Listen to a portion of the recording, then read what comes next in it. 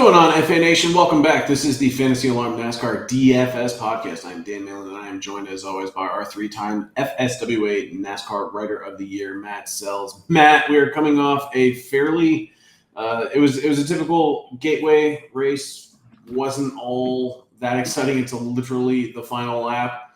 For the most part, it was as expected. Track position mattered. Very hard to pass once again. Tires did not matter, but at least Ryan Blaney running out of fuel gives us something to talk about because Austin Cindric scores his second career win in the Cup Series, and arguably this might have saved his job for at least another year. Yeah. Well, before that, Christopher Bell blew up. So Bell was going to win. He had the dominant car of the day. Like, nobody was really running him, except for Blaney. Blaney made headway late in the runs. And then that final pit stop happened, and Blaney came out way ahead of Bell, and now we know why, because they didn't use the second can of fuel. Yeah. So there was that. Austin Cindric. Somebody pointed out that both of Austin Cindric's wins have come at the expense of Ryan Blaney, and that's true, because if you remember the Daytona 500, Blaney was blocking and went into the wall, and Cindric passed him for the win, and now Blaney runs out of fuel. White flag, and wound up finishing 24th. So that pretty well sucks. I had to do a status check on our buddy Ed Rouse. He was about ready to jump off a bridge. It was, yeah, he was not taking it very well. By the way, Team Penske apparently thought he was going to win because they tweeted out Ryan Blaney wins Gateway like 30 seconds before he ran out of gas. Yeah. So that didn't that didn't that didn't go so well. But yeah, I guess, every squirrel finds a nut eventually there, Austin Cindric. I don't know. He's a nice enough guy. I don't generally dislike Austin Cindric. I just think that this is going to be like a Cole Custer winning at Kentucky situation where the guy was terrible for a while and then made one great pass to get past four guys on a bad track with 2 laps left, and he rode that for longer than he should have in the Cup Series. Hey, you got that Rookie of the Year. Yeah, but it is interesting with silly season talk gearing up because obviously SHR is shutting down, so there's going to be 4 drivers on the market. That may, in fact, save a seat at Penske. Like, there may not be a seat open at Penske now. Yeah, it's awkward because how do you but yeah, I mean, but like, how do you let go of a guy that was a playoff driver? Like, as it stands right now, Blaney and Logano. I mean, Logano won the All-Star race, but like, other than that, that's Penske's first win of the year. That was their first. Was it their first top 5? Or Logano had? I thought I heard some stat about Cindric specific hadn't had a top 10. I think it was Cindric specific hadn't had a top 10. Yeah, I mean, they put up the points before the race, and Logano, I think, was 30 points out of the playoffs. Blaney was, not in a good spot. So Cindric did finish 4th at Atlanta, but other than that, his best finish was outside of a plate was 15th at Dover. Yeah. It was a good weekend for Penske. Man, they showed up. They had a weekend. They qualified it well. They played the strategy right, except for not filling up with enough gas there towards the end. Do we just maybe make a note of that for all future Gateway races? Like, that's a great track for Penske because Logano's won there. He's always been great there. Blaney was competitive, and Cindric won. Yeah, I mean, it's certainly a Penske track for whatever reason. Also, congratulations to one of our subscribers who won like $10,000 on that race. Yes, yeah, not to bury the lead with a phenomenal lineup. Congrats! Yeah, that was a heck of a lineup. A little bit of some of the chalk plays in there hit, which was nice, and then definitely got a little wonky with some combos. So kind of said it in the playbook a little bit that we were going to have to get a little wonky because it seemed like the same 7 dudes were the popular ones to play going into it, and I'm not sure any of those guys did that well. By the way, at one point late in the 3rd stage, it was looking like a Talladega Optimal with like a bunch of dudes from 30th who were in all of those budget plays we mentioned and we're telling people to get off of. We're all in the top 10, including Happy Justin Haley ran really, really well. Carson Mart had himself a nice day. Almost put him in the playbook, didn't quite make the cut. But yeah, so congrats to our sub there on a nice hit. And then somebody else hit Austin Cindric to win, and I think 150 to 1. Did they live bet that? No. I thought he closed at like 68. I think they raced, or they hit it before the race, and they were contemplating cashing out when it was worth $300 on a $20 bet, and they didn't. And congrats to them for not doing that. For them. Also hit like 8 to 1 on the top 10, I think, on Cindric. There you go. I don't know. It's in the NASCAR DFS Discord channel there. So with that, okay, Gateway's over. Now we get to go to Sonoma. And the best thing about Sonoma is it's Fox's last race. Is it really? Yes. Sonoma is the cutoff. The quality of broadcasts are about to change drastically. Did you see they didn't even change the driver lineup from Charlotte? No. On their ticker, they went across the bottom. They had Allgaier in the 5. Oh, that's amazing. SVG in the 16, even though he was racing in Portland. They literally didn't change the scroll from Charlotte. It was embarrassing. That broadcast is such a mess. And then they talked to the guy who finished 3rd, and they had third like 3 ND instead of RD. They had an ND. It was, and they missed the explosions for like the 3rd year in a row on the first lap on the back. Yeah, they missed them. It's so bad. But yeah, so Sonoma is the last broadcast for Fox. I will say the booth has been better. It's just the race production that's not great, but the booth has been better for Fox. The booth has been better. I still get kind of tired of Kevin Harvick just constantly making jokes at Clint Bowyer's expense. I mean, yeah, it just gets old. Some of them seem a little mean at this point. Kind of. But yeah, at least it keeps Bowyer on track and not just rambling and trying to make actual cogent points about the race. But yeah, so we get Sonoma. Second road race of the year? Yeah. Hoda is the only one. And it's a repave. Denny Hamlin seems to think it's a cheap one.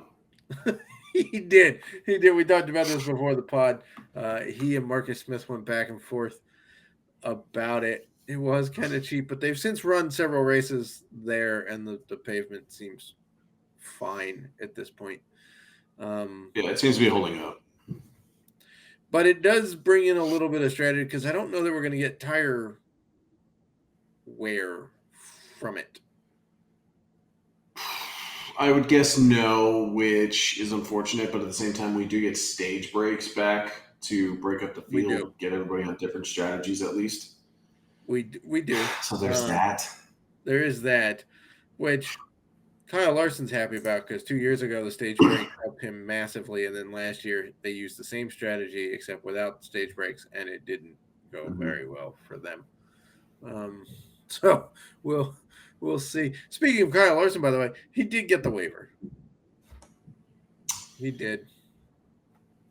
Yeah, and after hearing the explanation, it just seemed like NASCAR. I don't know why they waited so long to announce it, but they ultimately said the effort was there to get to the track.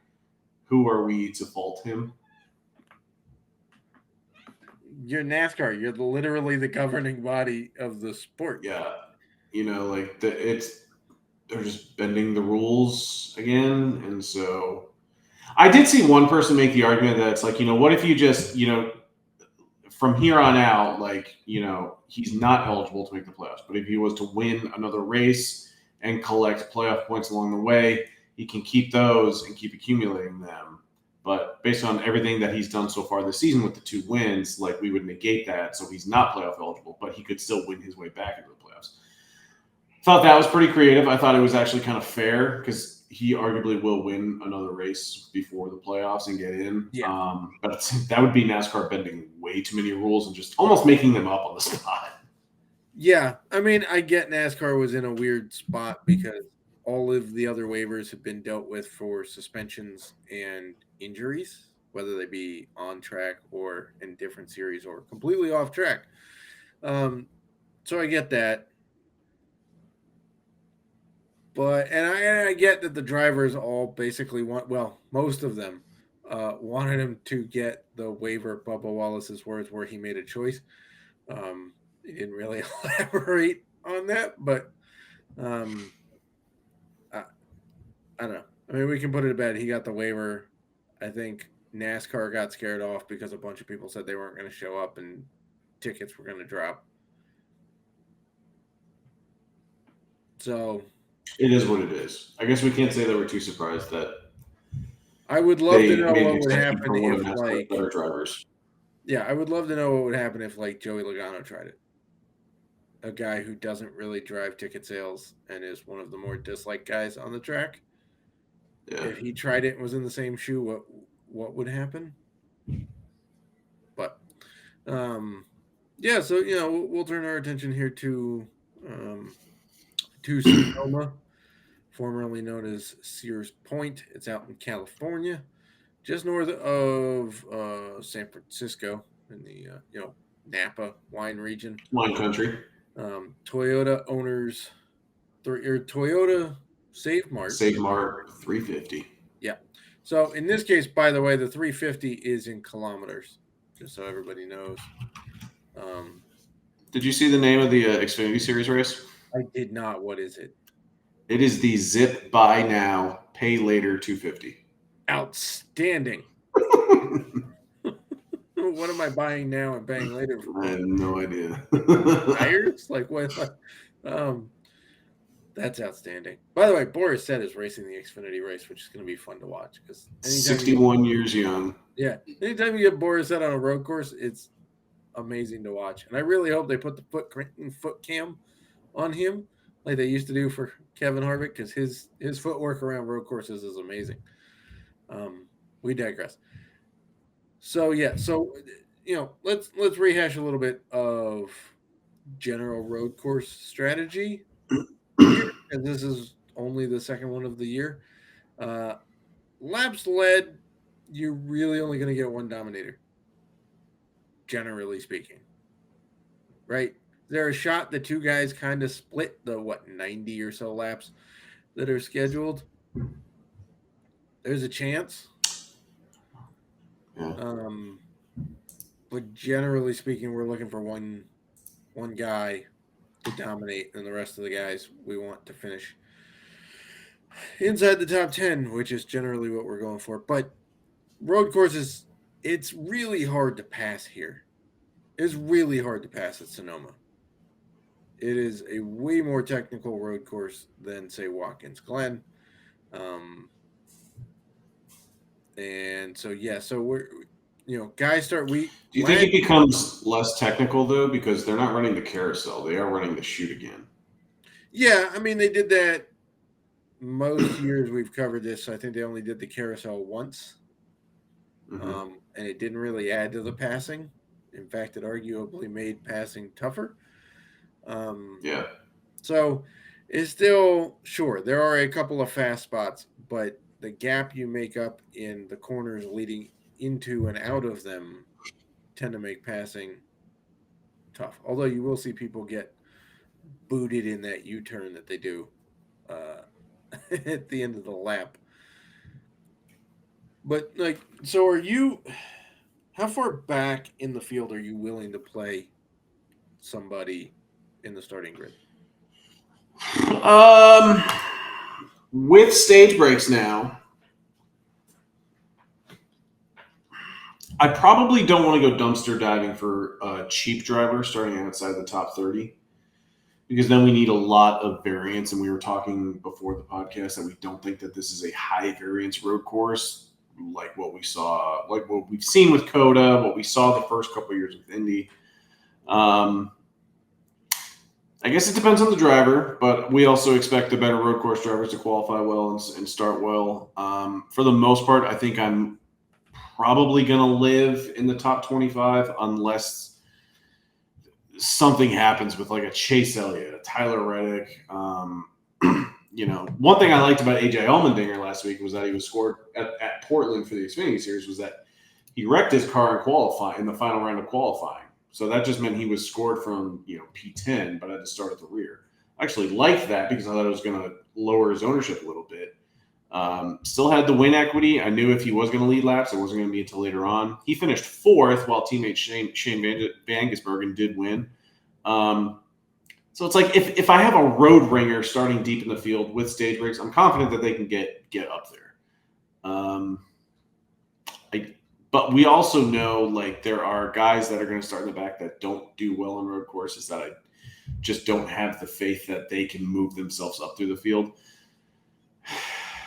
So for me, I think you can probably confidently just build lineups with 6 drivers on DraftKings, 5 on FanDuel, that you can get enough drivers that can move up, finish in the top 10, and still have win equity. And if you get the one guy that can go out, lead laps, get fastest laps, still finish top 5, maybe even win, but get those 15 to 20 dominator points, that's great for your lineup as well. Overall, my opinion could change after qualifying, but I'm not that ecstatic about starting anybody super deep in the field, especially if they're cheap. Yeah, I would agree. Last year, I think the farthest back we saw a top 10 finisher come from was 17th. Now, there was no stage breaks last year. The year prior to that, 2022, which is also in the next-gen car and had stage breaks, we saw spots 20th, 22nd, 23rd, and 25th all finish in the top 10 at the end of that race.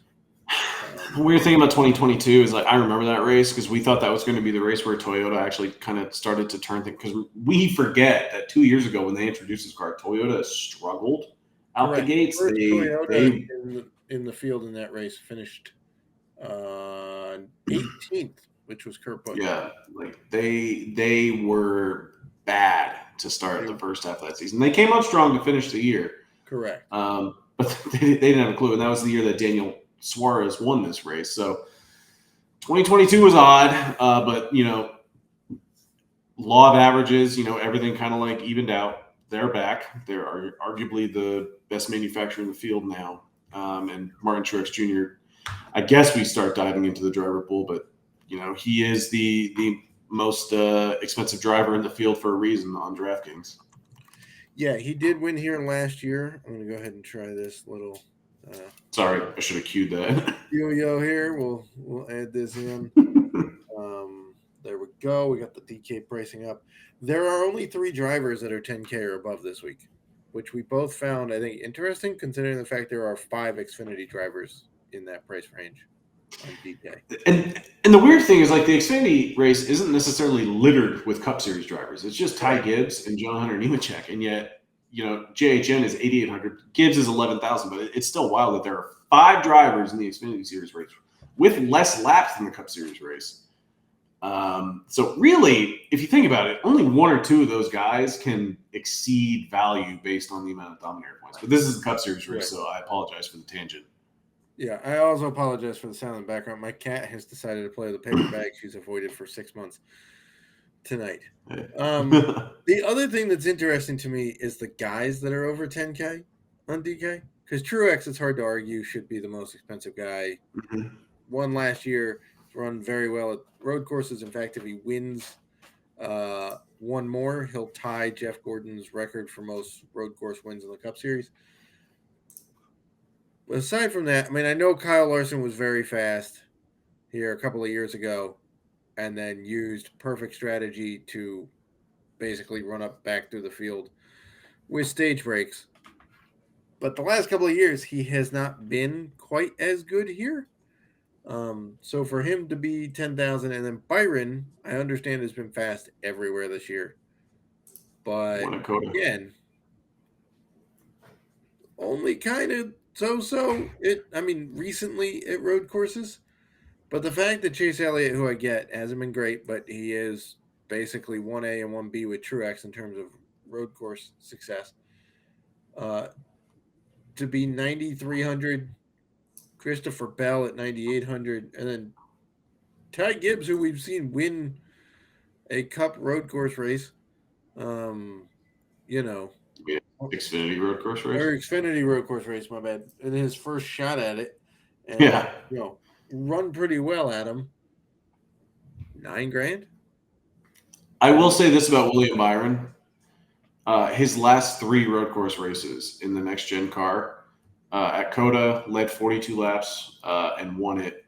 He finished second last year at the Roval, and then last year at Watkins Glen in August led 66 laps and won that race as well. So his last 3 finishes on road courses have been first, second, and first.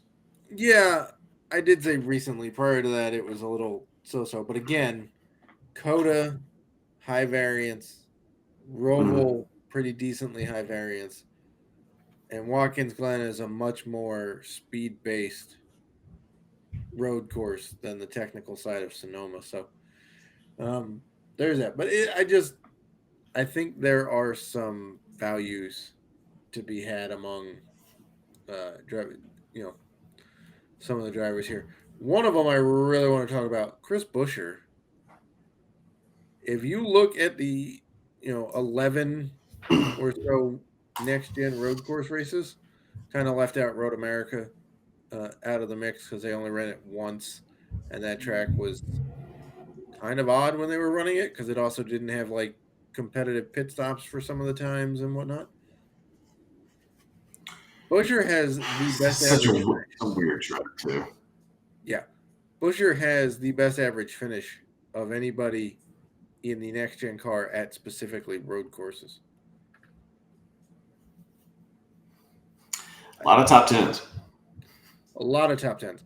In fact, out of the 11, he has 9 top 10s. And if you go to 11th or better, he's got 10 11th or better finishes. Only once has he finished outside the top 20 in that span. And by the way, if you're thinking, oh, well, he starts pretty well, he's only started inside the top 10 3 times in those 11 races. So he's moving up. He's using pit strategy. He's pretty quick. Saw him win last year. So, he's going to be popular at basically an average price on DraftKings at $8,600. Yeah, especially when you focus strictly on the Sonoma results, because we already mentioned how Daniel Suarez won this race 2 years ago. Buescher finished second, and then last year he started 7th but finished 4th, and so he was still probably in the optimal lineup at whatever price tag he was a year ago. So yeah, Chris Buescher performing very well on the road courses in the next gen car. How do you feel about Tyler Reddick at 9,500? Only because he's done very well in the next gen car on road courses.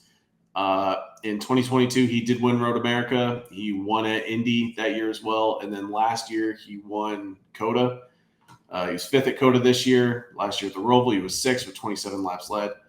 8th at Watkins Glen, 4th at Indy. But at the same time, he sucks at Sonoma. Yes. 33rd here last year.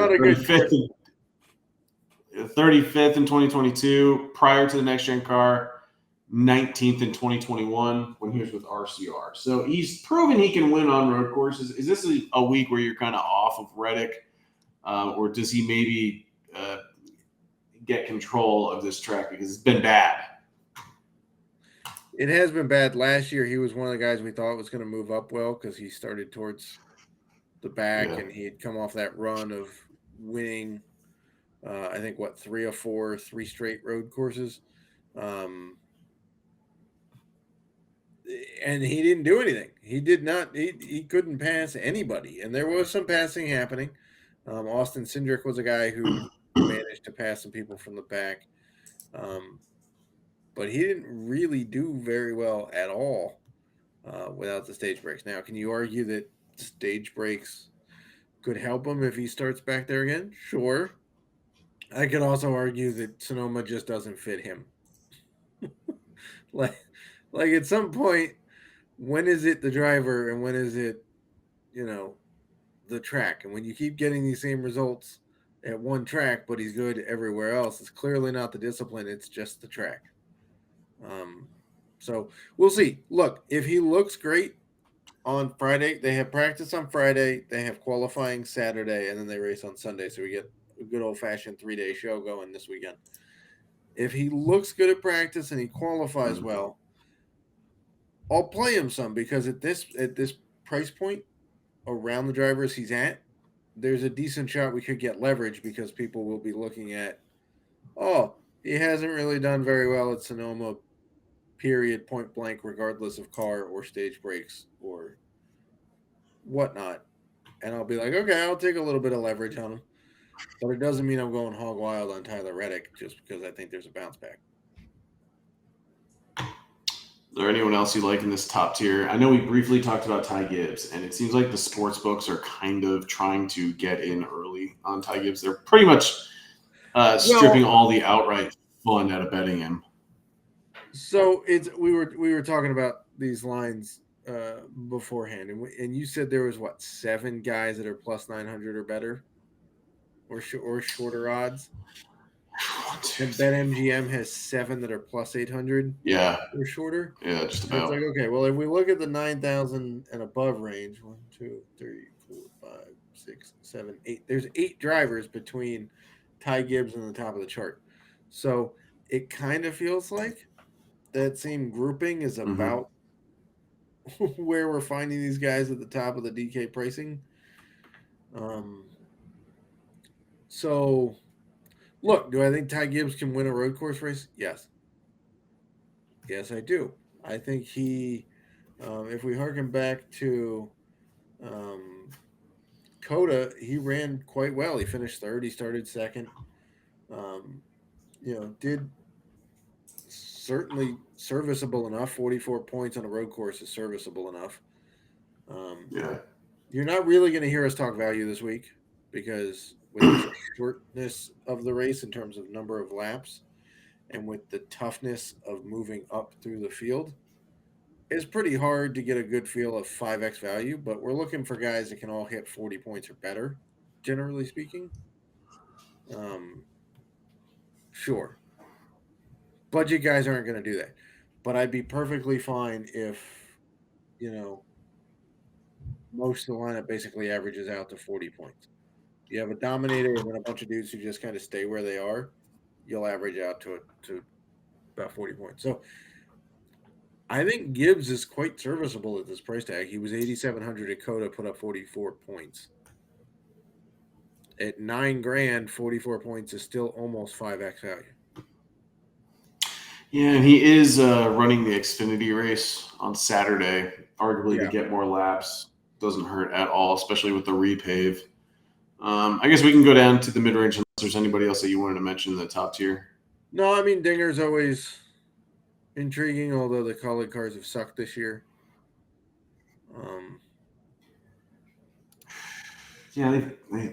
Although he did drive it up to 6th at Coda, for what that's worth. I mean, Coda is a high track for sure. Busher, we already talked about, best average finish in the next-gen car on road courses. Michael McDowell is always interesting at a road course, given 3. Won one last year. Yeah. Although the rules kind of catered and helped him get a win there, but I won't take it away from him by any means. Yeah, I mean, everybody had the same. He did wreck out at Coda, so that's, people go recency on road courses. There's that. But now we get into the fun. I feel like the fun zone here between 8,300 and I'm going to say this right now. I don't know who Waters is. Oh, Cam Waters. There you go. I think he's Australian. Okay. He's run a couple truck races, but like he is more of a supercar guy. So That for the works truck pretty well races for that he's run, SVG. and I think that's exactly what RFK is kind of going for here. I think Ed Jones is running the RCR car for number 30. I'm far more interested in Cam Waters because I just feel more confident with RFK right now. Agreed. Basically, they are trying to do what Trackhouse did with SVG last year. But Waters does come from a Supercars Championship Series in Australia. Loves road courses. This is the type of track that he's comfortable on. 7,100, and he's more expensive than the guy that's bringing him in to run this race. Well, in fairness, you can argue that even with I'm sorry.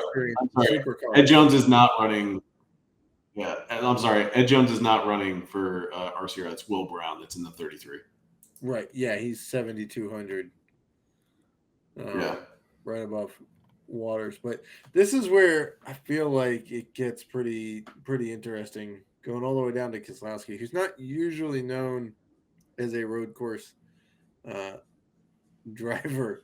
Cam Waters will be interesting.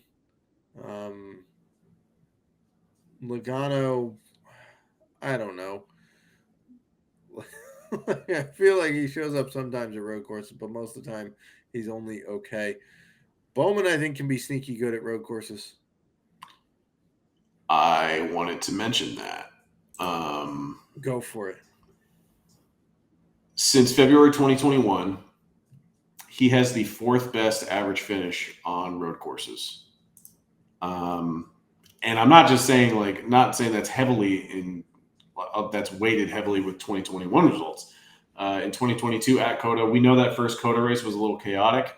Actually, no, the first one was in 2021 when they weren't in the next gen car. But in the next gen car in 2022, we finished second at Coda, right? Third at Coda in 2023, fourth at Coda this year. If we're just following trends, he's probably going to finish fifth at Coda next year. But he was eighth at the Roval last year. He was fifth at Indy. Sonoma hasn't been necessarily great, but for a guy that has shown top 8, top 5 upside on road courses, especially in the next gen car, I don't necessarily hate getting a little exposure to him because even at this price tag, he really doesn't need to do too much. Correct. And sure, didn't have a good showing at Gateway, but we did mention on the podcast last week that he was trending in the right direction with a streak of top 10s. He can easily get back on that this week. He's 7,500, which is the cheapest he's been all year. It was his price tag at Daytona as well. And he's not saying he's going to lose his job, but he is kind of on the hot seat because it's never a good feeling when, that's true. You're at the bottom of the totem pole for your team. That is true. We've all been talking about, who's Penske kicking out, who's so-and-so kicking out. Yeah. You can make an argument that a couple of the SHR guys who are about to lose their job could be even with Bowman. I mean, hell, Josh Berry filled in like he's a Dale Jr. find. So, he raced for Junior's Xfinity team. The only reason he didn't go to Chevy was because there wasn't really an opening there. So that could be interesting. And if we're talking about a guy who, if you put his record up against Reddick, sure, Reddick has more wins on road courses. But general consistency, Bowman is right there. And if you're getting him for what, $2,000 cheaper, I'll take the savings if everything is equal. I don't really like betting him. I mean, he's like 50 to 1 at Caesars, but I kind of tempted at the 7 to 1 odds for it. Yeah, but 7 to 1 for a top 5. That I might take. That's pretty nice for a top 5 for a guy who's capable of doing it, and we've seen him do it several times. That's over at Caesars. It's pretty nice. Let me put it this way: I would take Bowman over Kyle Busch or Ryan Blaney. For sure. Oh, I think I would too. I know we just talked about how I had to think about that one. I had great speed. but Blaney doesn't really have great speed when it comes to road courses. He's been serviceable. He's not been bad. He's been Right. serviceable, but do I see the same top 5 or top 8 upside with Blaney as I do with Bowman? No, I don't think so. It's weird. It's almost like, the Penske cars were really good on road courses in 2022. And we kind of joked about this with Austin Cindric before the podcast because he had good road course results in 2022. And then, the Toyotas figured everything out. And then, that almost pushed Penske backwards because 2023, it was like Blaney's road course results kind of regressed. He was good to finish last year. He was 13th at Indy, 9th at Watkins Glen, 12th and 12th at the Roval and Coda. But this is the defending Cup Series champion, and it's a little odd to see him priced in the 7K range, but it is a road course, and it's just not one that I think he shows up with a ton of speed necessarily. There are just other drivers that I'm willing to pay up for and other guys in this range that I'm just willing to target. Could always change depending on qualifying, but as of right now, I'm kind of lukewarm on Ryan. He's on the pole or the outside pole that's changing things. Yeah. But I also don't see him pulling that off. It'd be like McDowell winning the pole at Gateway with a track record. That was bound to not hold up very well. Suarez and Cindric are very intriguing to me at these prices. Look, I know we've pooped on Cindric, but his experience is road course racing. If you look back at the last couple of seasons in the next gen car at the tracks where everybody has complained about passing, Cindric is the guy who has figured it out. He moved up a bunch of spots here last year when everybody else who started in the back couldn't figure it out. Suarez has a win here. He's been, and that was not really a fluke because he was pretty good in the year before too. He had closing speed.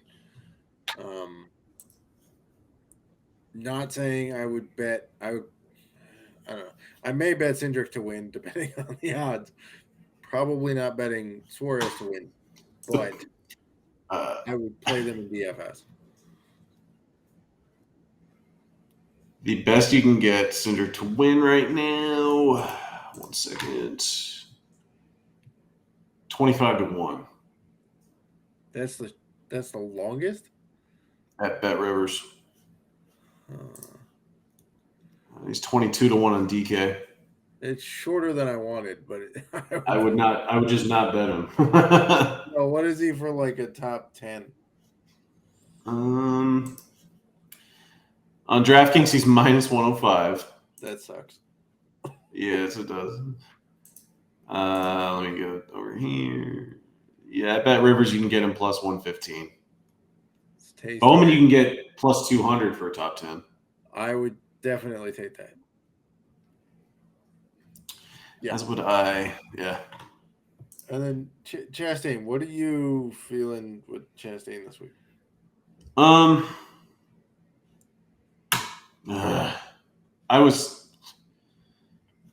don't ever get him right. I'm going to be honest. I know he's trending well. I haven't gotten him right in a little while. That's for sure. And it's not like he's been bad either. He put up 35 points on DraftKings for Gateway, 39 for the Coke 600, 40 in the All-Star race, but, big deal. I don't know, man.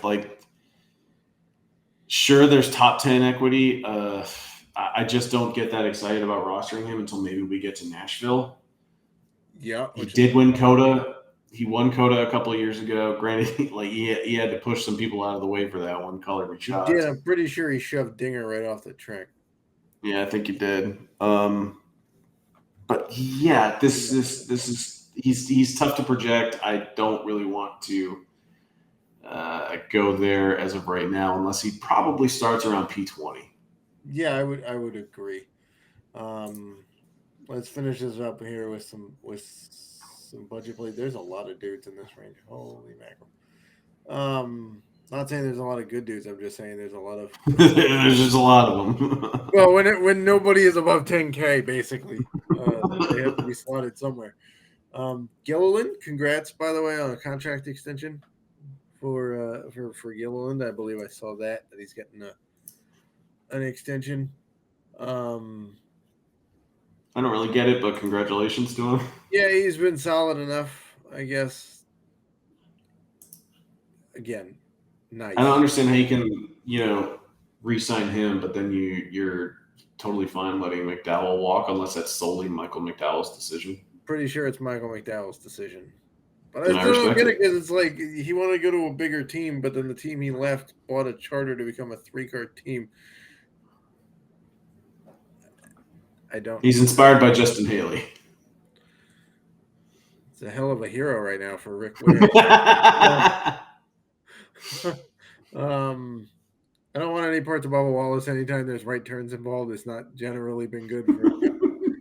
Self-admitted too, by the way. He admits that every time. I think Gragson could be interesting. I do like the fact that Nemechek is getting extra track time. Yes, because It's a he different. did run the Xfinity race last year, and then I think he has some truck experience with Kyle Busch Motorsports at Sonoma. But yeah, also not a guy that's just a big road racer. Correct. I'm not saying I'm feeling warm and fuzzy. I'm just saying it can't. Yep, no, I hear you. I don't hate Briscoe, if I'm being honest. I don't either. He started P32 at Coda, finished 13th. I know it's more of a high variance track, but even last year, finished 6th at Indy, 15th last year at Coda, 9th at the Roval in 2022. Top 15s at Road America and Sonoma in 2022. So he is the nice price of the week too. He sure is. Need a little PD out of him though. I don't want him to qualify too well. I would agree. I kind of want to say that like Zane Smith's okay as a bottom feeding guy this week. Yeah. The problem with Zane Smith is that I always try to look up like road course history in other series. And for the trucks, for the longest time, they were only running like 2 road courses a year. Correct. So he doesn't have a ton of it. No, and they're like what Although he did win Coda twice in the trucks. That's true. That's fair. I mean, that's finished 6th at Watkins Glen. He finished 2nd 2 years ago in the truck race. Okay, yeah, all right, we're on Zane Smith.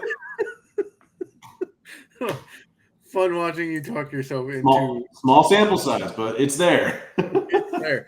Again, not saying Zane Smith is going to come out and win a cup race at Sonoma, but the fact that he's capable of running up front with like skilled people does bode well for him to be able to at least get a decent enough finish in a cup car, coming off of a pretty solid running Gateway. I mean, we're talking about another track that's tough to pass at. He moved up almost 20 spots. Obviously, that's a flat, egg-shaped. He was top 20 at Coda too. What was that? He started 34th at Coda and finished 20th. So there you go. That's about the last guy. I'm not touching anybody else below that. Barely touching anybody above him, to be honest. But like, yeah, right. If you put him in as your dumpster dive and you want Truex in there, and you say, okay, Chase has got to be due for a decent showing, and we like Ty Gibbs. Talked about him. Then we'll go with Bowman because we liked him and saving $2,000. Look at this. Now we're in the 8,300 range. We can still get Cindric. We can still get, take a shot on Waters if we want. Have a little bit of money left over. Guy like Zane Smith who shows up and maybe gets you 20 points allows you to get very creative with the rest of your lineup. Pretty fun build. But anything else you wanted to go over? Maybe just briefly discuss the weekend schedule. I've already written my Xfinity Series playbook. It'll be published Friday morning. We are recording this Wednesday night. But what do you got this weekend? I will have a best bets piece out Friday. It'll be before practice, so keep that in mind. We get practice for the Cup Series on Friday, and then we get qualifying Saturday afternoon, and then we get the Cup race on Sunday afternoon. So, it'll be a little spread out. I have not yet decided if I'm going to wait for qualifying to put out the playbook or if I'll try to have it done before then and just maybe make some tweaks. Or just, maybe I'll do the write up and post that and then add the player pool after qualifying. We'll see. And then projections probably Sunday morning. I would guess. Yeah. So that's we get Sonoma this week, and then we get, I believe, Iowa is the first one for NBC the week after, and then I think it goes to Nashville. I think you're right. And Indy Oval's in there too. So should be a fun little stretch. The summer stretch for NASCAR is a pretty interesting one. Double checking schedules. Now, we get Sonoma, Iowa. Oh, sorry, New Hampshire. I skipped right over you. That's usually a fun race too, by the way. Nashville, Chicago Street Course. So we'll see what happens. But cool. Well, Matt, thank you so much for your time. Best of luck to you this weekend at Sonoma, and best of luck to the FA Nation. Best of luck, FA Nation.